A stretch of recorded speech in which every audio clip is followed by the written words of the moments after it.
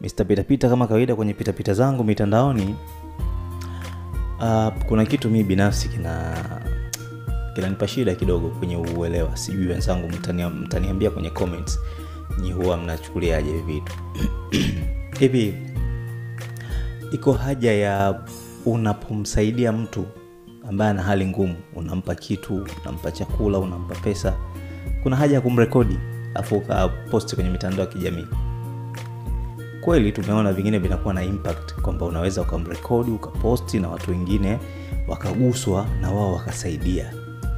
Lakini hizi video zinaishi, unajua, zinaishi miaka 800. Umemrekodi mtu leo kwa sababu ana hali ngumu, umemsaidia, umemposti kwenye mitandao ya kijamii.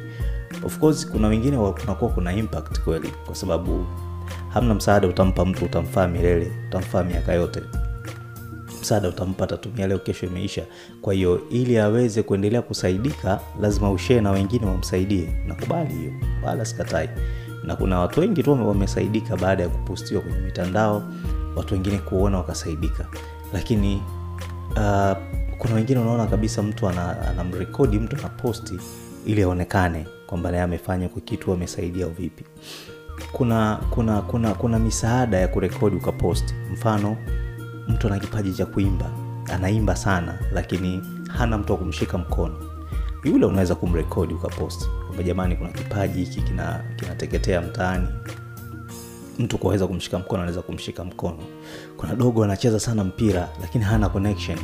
Yule unaweza kumrekodi ukaposti ili apate watu wamshike mkono, aendeleze kipaji chake kimfae kwenye maisha.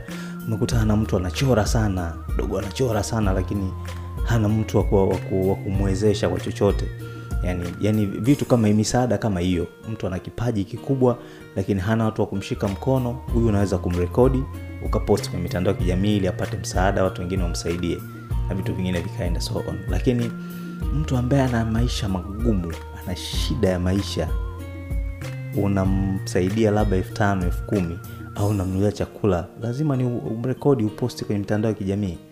Kwani hii ndio njia pekee ya mtu kuweza kusaidika na watu wengine. Kama kweli umeguswa naye, kwa nini wewe usimsaidie alafu baada ya pale umpeleke sehemu ambazo anaweza kasaidika? Ama labda wewe uulize labda anaishi wapi, anaishi na nani, anaishi mtaa gani, ili wewe unapoenda kwenye mishe zako, kama kuna watu wengine wataweza kumsaidia yule mtu, unawaambia bwana, kuna mtu fulani anaishi mtaa fulani, ana kitu fulani kigumu sana, hebu kama umeguswa unaweza kumsaidia. Lakini sio kurekodi